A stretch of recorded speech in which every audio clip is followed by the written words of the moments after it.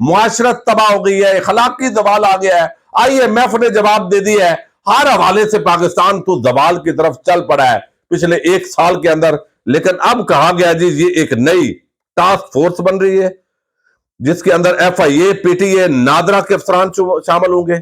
8 ٹک talk account, 44 Twitter account اور 50 سے زائد فیس بک اکاؤنٹس جو ہے وہ ان کے اندر پراپیگنڈا جو بھی کرے گا اس کو پکڑا جائے گا. یہ ٹاسک فورس جو ہے یہ بنتے ہی اس لیے متنازع ہے کہ اگر فوج کے مخالف مہم والے بندوں کو پکڑنا ہے تو عدلیہ کے چیف جسٹس پر جو تنقید کر رہا ہے, تنقید تو چلیں وہ ایک پازیٹیو اینگل کے اندر, جو نفرت انگیز مہم چلا رہا ہے اس کو یہ کیوں ٹاسک فورس گرفتار نہیں کرے گی یہ بھی بتایا جائے.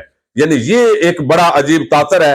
بہرحال فوج مخالف مہم جو ہے اس کے حوالے سے کارروائی ہو, سیاسی مخالفین کو کچلنے اور فوج کے سیاسی رول پر تنقید کرنے والے جو ہے ان کو اس کی آڑ میں یہ نہیں ہونا چاہیے. نئی وکلا تحریک شروع ہو چکی ہے اور اس حوالے سے ابتدائی جو ہوم ورک ہے وہ مکمل کر لیا گیا ہے. اعتزاز حسن, لطیف خوسا اور چند دیگر جو رہنما ہے, حامد خان وغیرہ, وہ سب اس معاملے کے اندر ایک پیج پر آ گئے ہیں. اور کل چونکہ سپریم کورٹ آف پاکستان کے اندر امید ہے, چونکہ شیخ رشید صاحب نے چیف جسٹس عمر عطا بندیال کو ایک خط لکھا ہے, تحریک انصاف جو ہے توہین عدالت کے اندر اور آرٹیکل 6 کے حوالے سے کیا پٹیشن فائل کرتی ہے. سپریم کورٹ آف پاکستان کے چیف جسٹس کو تحریک انصاف اور پاکستانی عوام نے پیغام بھی پہنچا دیا ہے, وکلاء کی سینئر لیڈرشپ نے بھی پیغام پہنچا دیا ہے. سپریم کورٹ بار ایسوسی ایشن نے مذمت کی ہے, لاہور بار ایسوسی ایشن, ہائی کورٹ بار ایسوسی ایشن لاہور, انہوں نے مذمت کر دی ہے. تقریباً 96 بار انہوں نے اس پورے عمل کی الیکشن کمیشن کا الیکشن ملتوی کرنا اس کو آئین کے خلاف ورزی قرار دیا ہے. تو اب چیف جسٹس عمر عطا بندیال کو جو حمایت چاہیے وہ حمایت ان کے لیے کافی ہے تاکہ سپریم کورٹ آف پاکستان پر جو حملہ کرنے کی کوشش ہے وہ کسی صورت کامیاب نہ ہو. دیکھتے ہیں اس پر وہ کیا سٹینڈ لیتے ہیں. لیکن اگلی جو بڑی ڈیولپمنٹ ہے وہ وہی ہے کہ جس کو چاہے اغوا کر لیں, پتہ ہی نہیں ہے. صدیق جان صاحب کو اغوا کیا گیا. اغوا اس لیے ہے کہ اگر باقاعدہ کسی پر مقدمہ ہے تو وہ آپ دکھائیے اور گرفتاری ڈکلیئر کر دیجئے کہ بھئی یہ FIA نے اس الزام پر یہ مقدمہ ہے اور ہم نے یہ گرفتار کر لیا ہے. تو معاملہ ختم ہو. جب کسی کو پتہ ہی نہ ہو اور بندے کو اٹھا لیا جائے سول وردی کے اندر یا سول کپڑوں کے اندر تو وہ اغوا ہے, گرفتاری ہے. گرفتاری تو اس کو نہیں کہا جا سکتا. تو اب جو ہے اظہر مشوانی, یہ ڈیجیٹل میڈیا ہیڈ ہے تحریک انصاف کے, اور جتنا بھی ظاہر ہے ڈیجیٹل آپ کو علم ہے جتنا بڑا ایک تحریک انصاف کا یہ ترہ امتیاز ہے جس کے ذریعے انہوں نے آواز پہنچائی ہے. عام نمبرز بھی ان کے فون کے اندر, رابطے بھی ہیں, ساری چیزیں ہوتی ہیں. تو ان کا گھر ہے ٹاؤن شپ. ٹاؤن شپ ابھی آپ کو علم ہے تقریباً چند ہفتے پہلے ان کی شادی بھی ہوئی ہے اظہر مشوانی صاحب کی. یہ روزانہ چونکہ زمان پارک انہوں نے آنا ہوتا ہے اور گھر بھی جانا ہوتا ہے. تو آج جو ہے دن کے ٹائم انہوں نے ایک بات کی, اور عجیب بات یہ ہے کہ صدیق جان بھی کچھ پسندیدہ صحافی ہیں مریم نواز کے, ان کے حوالے سے وہ بات کرتے ہیں. جب وہ الزام لگایا صدیق جان پر, انہوں نے بات کی تو ان کو بھی اٹھا لیا گیا, گرفتار کر لیا گیا اور ایک ایسے مقدمے میں ڈالا گیا جس کا کوئی سار اور پیر نہیں ہے. اور جج خود جو ہے وہ اس پورے معاملے پر اس کو سمجھ آئے کہ یہ 2 نمبری کی گئی ہے اور بڑی حیرت انگیز قسم کی صورتحال تھی. اب اسی طریقے سے یہاں بھی آج عبدالقیوم صدیقی وہ اور اظہر مشوانی وہ آمنے سامنے ہوئے. ایک حسنات ملک صاحب ہیں, ایکسپریس ٹریبیون کے رپورٹر ہیں, انہوں نے سپریم کورٹ آف پاکستان کے 2 ججز کے جو فیصلہ ہے, جو اختلافی فیصلہ تھا, اس کو زیادہ ہائی لائٹ کیا. اس پر انہوں نے اظہر مشوانی صاحب نے کوئی پیسے لینے کا الزام لگایا کہ یہ مریم نواز اور ان کے حق میں مہم چلانے کے لیے کچھ پیسوں کی ڈیولپمنٹ ہوتی ہے. اب اس کے بعد جو عبدالقیوم صدیقی جیو نیوز والے ہیں انہوں نے اظہر مشوانی کے خلاف تنزیہ ٹویٹ کیا اور مہم کا آغاز کیا. اور یہ جو مہم ہے اس کے اندر انہوں نے کہا جی کہ جناب یہ جو اظہر مشوانی صاحب ہیں, زمان پارک سے گرفتار ملازم نے پولیس کو بتایا کہ 10 MPA کے ٹکٹوں کے عوض کالے دھن کا کیش 50 کروڑ روپیہ زمان پارک کے تہہ خانے سے غائب ہو گیا.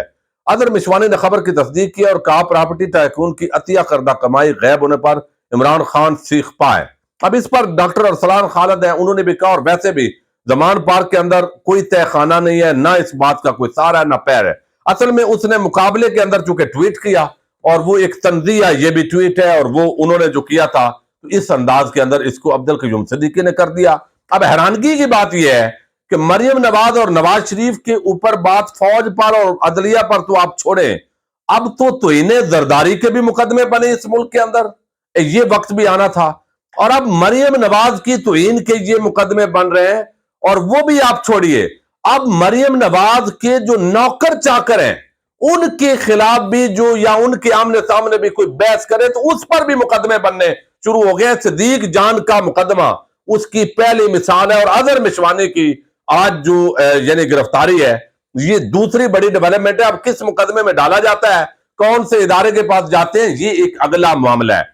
اور محمد خان بھٹی کی طرح کوئی نیا ویڈیو، شاید کوئی اس طرح کا پراپیگنڈا، یہ سارے ہتھیار ہمارے اداروں کے پاس موجود ہوتے ہیں۔ اب اظہر مشوانی جو ہے 2:51 تک ان کی جو اہلیہ ہیں انہوں نے یہ کنفرم کیا ہے، انہوں نے کہا کہ 2:51 تک ان کے ساتھ رابطہ تھا، لیکن اس کے بعد وہ زمان پارک کے لیے نکلے ہیں اور اس کے بعد وہ نہیں مل رہے، لاپتہ ہو گئے ہیں۔ اب ذرائع یہ دعویٰ کر رہے ہیں کہ وہ گھر سے زمان پارک کے لیے نکلے ہیں اور ان کو اغوا کر لیا گیا، سول کپڑوں کے اندر کچھ نامعلوم افراد ہیں۔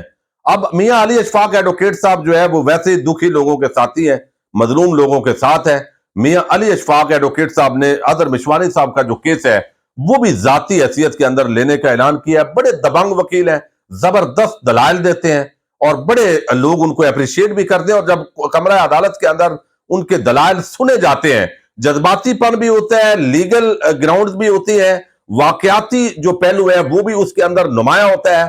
یہ میں سمجھتا ہوں ایک بڑی جو ہے زبردست قسم کے دبنگ دلالت سے بات کرتے ہیں، وکیل ہیں اور مظلوموں کے ساتھی۔ آج کل ہمارے ڈیجیٹل میڈیا جرنلسٹ ایسوسی ایشن کے ساتھی، اور گور صاحب جو ہے وہ گور صاحب، رضا صاحب، سیال صاحب، ان کے ساتھ حذیفہ ہیں، وہ اب دیکھتے ہیں ان کا کل کیا ضمانت کا فیصلہ آتا ہے، اس پر اگلی ویڈیو میں بات کریں گے۔ لیکن اظہر مشوانی کے اس اغوا کے بعد عمران خان صاحب نے ٹویٹس کی ہیں، انہوں نے بتایا پہلے شبلی فراز کو، اور ابھی جوڈیشل کمپلیکس واقعے کے اندر کس پر تشدد کیا گیا، کیسے لوگوں کو اٹھایا گیا، اور اب اظہر مشوانی کو بھی جو ہے وہ اٹھا لیا گیا ہے۔ انف از انف، بس بہت ہو گیا۔